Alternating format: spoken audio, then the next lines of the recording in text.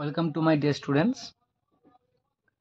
আজকের আলোচনা grammar and vocabulary 3 দাগ থেকে আলোচনা করছি। Do as directed, honesty is the best policy, D plus good better best superlative ডিগ্রিতে দেওয়া রয়েছে।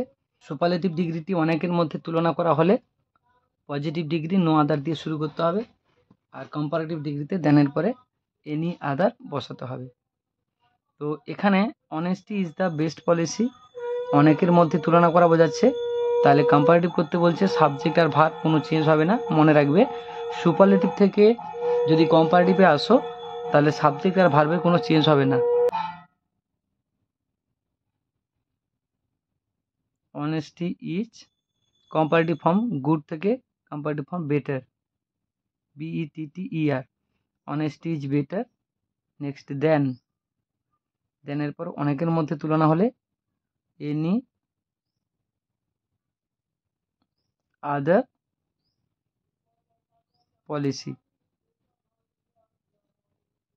কি হলো? অনেস্টি ইজ বেটার, বেটার পরে দেন বসবে, দেনের পর any other, then any other policy. Okay, stop. Next one, you should not have done it. Present perfect টেন্সে দেওয়া রয়েছে, তাহলে ভয়েস চেঞ্জে যখন করব অবজেক্টটাকে সাবজেক্ট করব it. Next modal verb should not have, পারফেক্টের জন্য হ্যাভের পরে বিন বসাতে হবে, বিন ডান বাই ইউ থাকে ইউই বসে, পাকে শেষে full stop. Next, he said to me, সে আমায় বলেছিল। What are you thinking, change the mood of narration. Narration change করার সময় সবসময় মনে রাখবে বক্তা কাকে বলেছে, অর্থাৎ কে বলেছে, কাকে বলেছে, কোন টেন্স এবং কোন সেন্টেন্সে বলেছে, কে কাকে কোন টেন্স এবং কোন সেন্টেন্সে বলেছে সঠিকভাবে বুঝতে পারলে ন্যারেশনের কোনো অসুবিধা হবে না। তার মানে সে বলেছিল আমাকে। এবারে reported speech what are you thinking, বাক্যের শেষে ইন্টারোগেশন সাইন আছে, তার মানে ইন্টারোগেটিভ সেন্টেন্সে দেওয়া রয়েছে। ইন্টারোগেটিভ সেন্টেন্সে থাকা মানে সেড বা সেড টুকে তুলে দিয়ে রিপোর্টিং ভার্ব আস্কড বসাবে, তার মানে হি আস্কড মি। এবারে যদি WH ওয়ার্ড দিয়ে শুরু হয় রিপোর্টেড স্পিচ, তাহলে WH ওয়ার্ড বসে থাকবে, তার মানে হোয়াট দিয়ে শুরু হয়েছে হোয়াটই বসবে, হোয়াট। এবারে are you thinking present continuous, tense change হলে পাস্ট কন্টিনিউয়াস টেন্সে চেঞ্জ হয়ে যাবে, কিন্তু লিঙ্কারের পর সাবজেক্টিভ কেস হবে, সাবজেক্টিভ রূপ। কাকে জিজ্ঞাসা করছে? আমাকে। আমাকে জিজ্ঞাসা করলে এখানে সেকেন্ড পার্সনটা ফার্স্ট পার্সন সাবজেক্টিভ কেস, অর্থাৎ আই হয়ে যাবে। আর প্রেজেন্ট কন্টিনিউয়াস টেন্স ছিল পাস্ট কন্টিনিউয়াস হয়ে যাবে, আই ওয়াজ থিঙ্কিং, বাক্যের শেষে ফুল স্টপ। যেহেতু অ্যাসার্টিভ সেন্টেন্সের গঠনে পরিবর্তন হয়েছে তাই বাক্যের শেষে ফুল স্টপ বসাতে হবে। এরপর চলে আসছি 4 দাগে। The price of rice has decreased.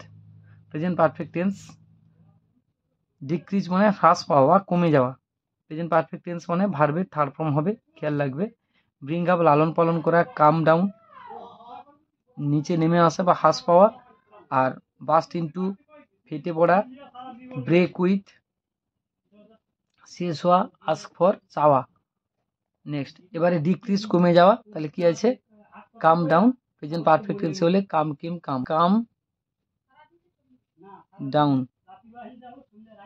Next, তারপর হি কোয়াল্ড উইথ মি, সে আমার সঙ্গে ঝগড়া করেছিল।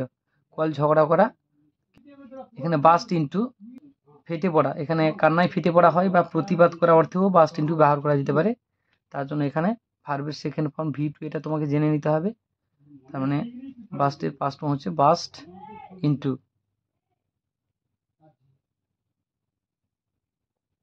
Bast into.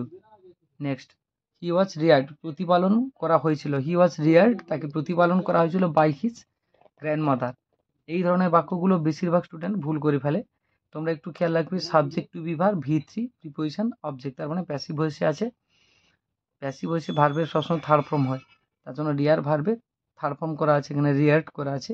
তাহলে ব্রিং আপ থেকে bring brought, brought brought up. ভালো লাগলে চ্যানেলটিকে সাবস্ক্রাইব করার মধ্য দিয়ে সঙ্গে থেকো।